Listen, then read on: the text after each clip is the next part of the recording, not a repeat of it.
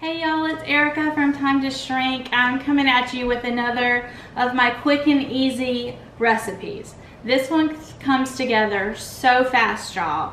It is my pizza casserole.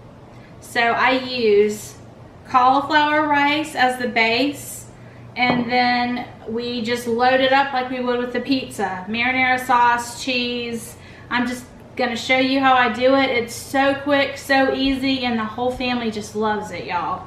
So I'm using this Walmart pizza sauce. I've showed you this before. I like it. It has 4 carbs and 1 fiber, so 3. My very favorite sauce to use is the Rayo's, because you get for a whole ½ a cup carbs, as this one gives you, in 1/4 of a cup. But we're not going to use very much. We're kind of just going to make a layer of this, so it really will be fine, and this will still be quite low carb.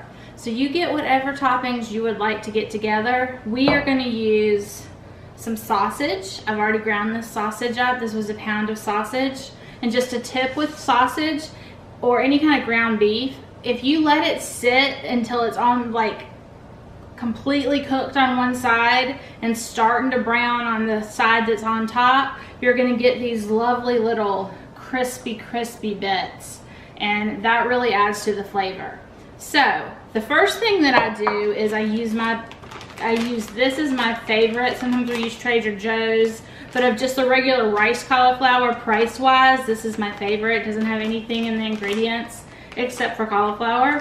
So I take 2 bags of this. Again, I'm serving, this is going to be about 8 servings. I have 5 people, but heavy eaters with my kids. So 2 bags of this, and just do whatever it says in the microwave, and it comes out just looking like cauliflower rice. Now you could just put the cauliflower rice as is as a bottom, but we like it kind of a little bit more, what's the word I'm looking for?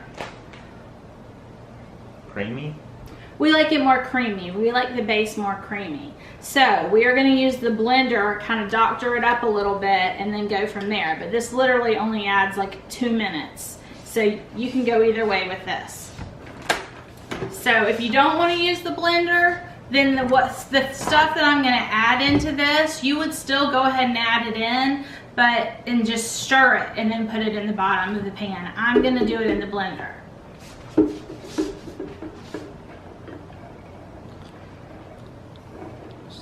All right, y'all, try and get all of this in here. I'm going to put the 2 bags of cauliflower rice in the blender. I'm going to put the grease that I cooked my sausage in. You could use butter here. You could totally use butter, but I have all this yummy grease from cooking the sausage, so I'm just going to add that just to give it some extra healthy fats. You always want to salt and pepper at every stage. So some pepper. I'm going to add 1 egg. You could do 2 eggs in this if you want it to hold together a little bit more. We're just going to go with 1. What happened? And there. then I have cheese that I've done divided, y'all. The cheese is some shredded cheese. You can do whatever kind you want. Mine is just kind of a mixture of different cheeses. So it's 1.5 ounces of Parmesan, and then about 1 cup of regular shredded cheese. So that's going to go in. And then we're going to add our 1 egg. I'm doing ½ a cup of heavy cream. You could use chicken broth here if you didn't want to have the fat, but why would you not want to have the healthy, yummy fat? So I just used this organic heavy cream. I'm going to start with ½ a cup, and we'll see where we go if we need more. All right, so that's incorporated. I don't worry about getting it extremely smooth, so it'll have a little bit of the rice texture to it, but not as much as if you didn't blend it.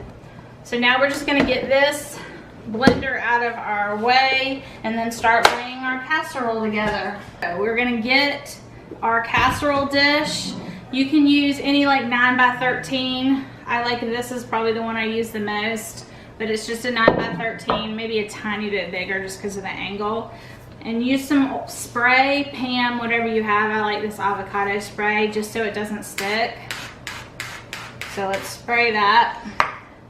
And then you're gonna get your base layer, which is all your cauliflower. I'm just gonna get that all in there and spread it out. And let me just show you. See, it's got the chunkiness a little bit. It's kind of a combination between, and there goes my phone falling in the sink, people. Phone falling in the sink.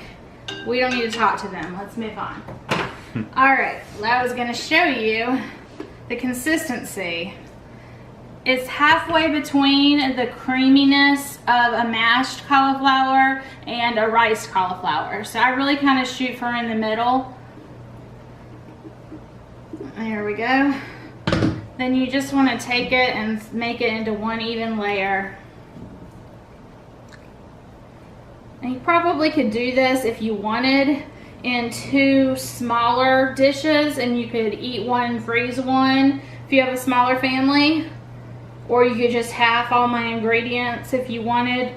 I shoot for leftovers, y'all, but who am I kidding? I hardly ever have leftovers. I think I might have to double this to get leftovers in my family.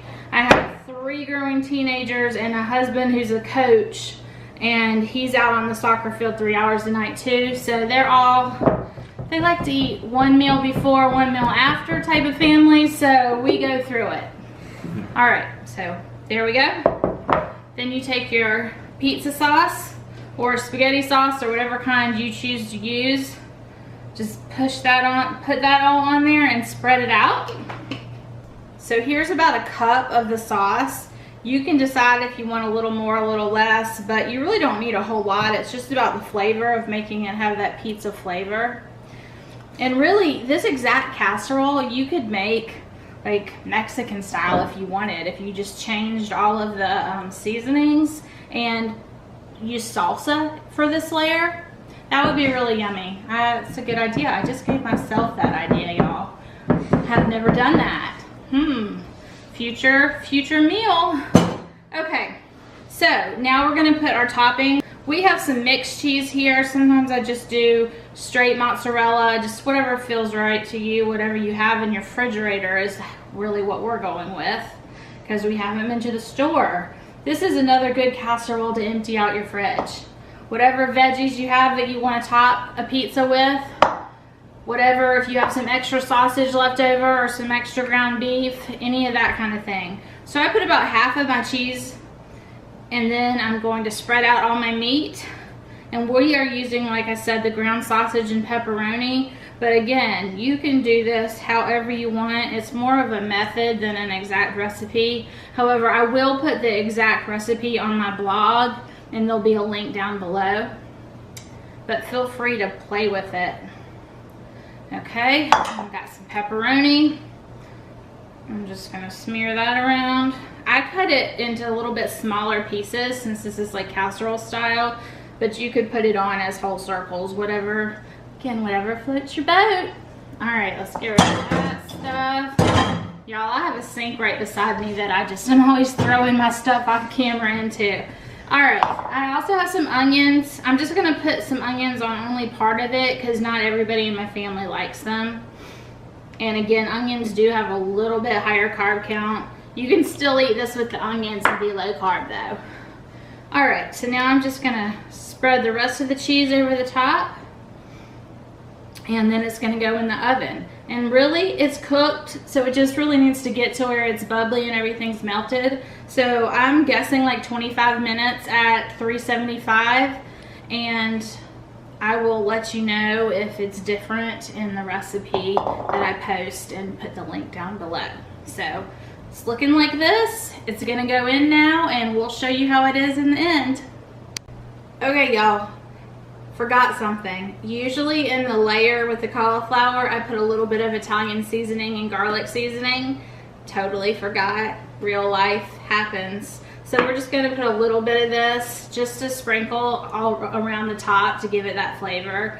It'll be good without it, but I remembered it right before I went to put it in the oven. So we're just gonna add it now. nobody will know. Well, I guess everybody knows because I'm showing y'all, but my kids won't know. Well, except for the one filming. Well, then I guess, yeah. Jackson's behind the camera saying, well, except for the one that's filming. But anyways, it just adds a little bit of flavor. Not the end of the world if you forget it.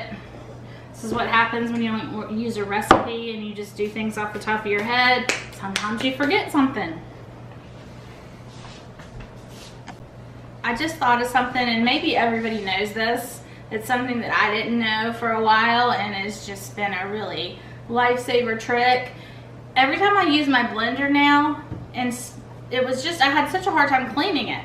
So I put just some soapy water in, just about 1/4 of the way up. Then I put the top back on and I let it blend.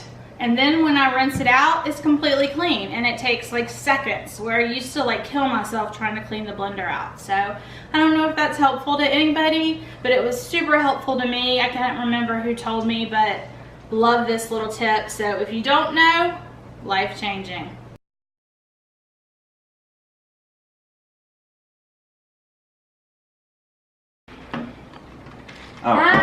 It's hot. I'm trying to get my kids to taste this and let you know what they think. And it's quite good. This really is something that everybody likes.